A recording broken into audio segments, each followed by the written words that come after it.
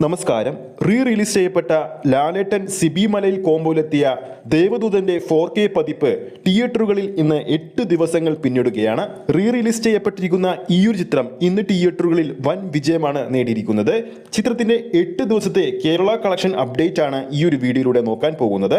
Collection അപ്ഡേറ്റിലേക്ക് പോകുന്നതിന് മുമ്പ് നമ്മുടെ ചാനൽ ഇതുവരെ സബ്സ്ക്രൈബ് ചെയ്തിട്ടില്ലെങ്കിൽ ചാനൽ ഒന്ന് സബ്സ്ക്രൈബ് ചെയ്ത് സപ്പോർട്ട് ചെയ്യുക.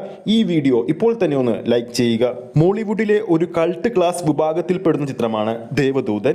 24 വർഷങ്ങൾക്ക് ശേഷം വീണ്ടും തിയേറ്ററുകളിലെത്തിയപ്പോൾ ആദ്യം തിരസ്കരിക്കപ്പെട്ട പ്രേക്ഷകരുടെ മുമ്പിലും പുതുതലമുറയുടെ മുമ്പിലും വിസ്മയമായി മാറിയിരിക്കുന്ന ചിത്രമാണ് ദേവദൂതൻ.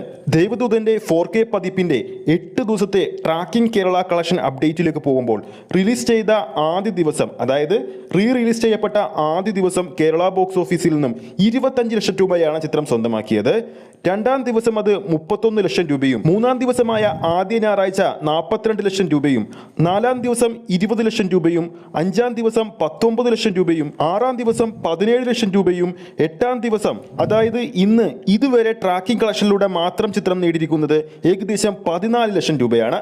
അതായത് ദേവദൂതന്റെ 4K പതിപ്പ് കേരളത്തിൽ നിന്ന് മാത്രം റിലീസിലൂടെ 8 ദിവസങ്ങൾ കൊണ്ട് സ്വന്തമാക്കിയിരിക്കുന്നത് 1,88 ലക്ഷം രൂപയാണ്. ട്രാക്കിംഗ് കളക്ഷനിലൂടെ മാത്രം 8 ദിവസങ്ങൾ കൊണ്ട് ഇത്രയധികം നേടിയ ചിത്രം എന്തായാലും 2,30 ലക്ഷത്തിന് അടുത്ത് കേരള ബോക്സ് ഓഫീസിൽ നിന്നും 8 ദിവസങ്ങൾ കൊണ്ട് സ്വന്തമാക്കിയിട്ടുണ്ടാകും. ചിത്രത്തിന്റെ ആഗോള കളക്ഷൻ കൂടി നോക്കുമ്പോൾ ഏകദേശം 3 കോടിക്ക് മുകളിലായിരിക്കും ചിത്രത്തിന്റെ കളക്ഷൻ 8 ദിവസങ്ങൾ കൊണ്ട് വരിക. വീഡിയോ കാണുന്ന നമ്മുടെ പ്രേക്ഷകരിൽ ആരൊക്കെയാണ് ദേവദൂതന്റെ 4K പതിപ്പ് തിയേറ്ററിൽ പോയി കണ്ടവരുണ്ടെങ്കിൽ താഴെ കമന്റ് ചെയ്യാൻ മറക്കരുത്. നിങ്ങളുടെ അഭിപ്രായം കൂടി രേഖപ്പെടുത്തുക. വീഡിയോ ഇഷ്ടപ്പെട്ടെങ്കിൽ വീഡിയോ ലൈക്ക് ചെയ്യാനും ചാനൽ സബ്സ്ക്രൈബ് ചെയ്യുന്ന കാര്യം വീണ്ടും ഓർമ്മിപ്പിക്കുകയാണ്.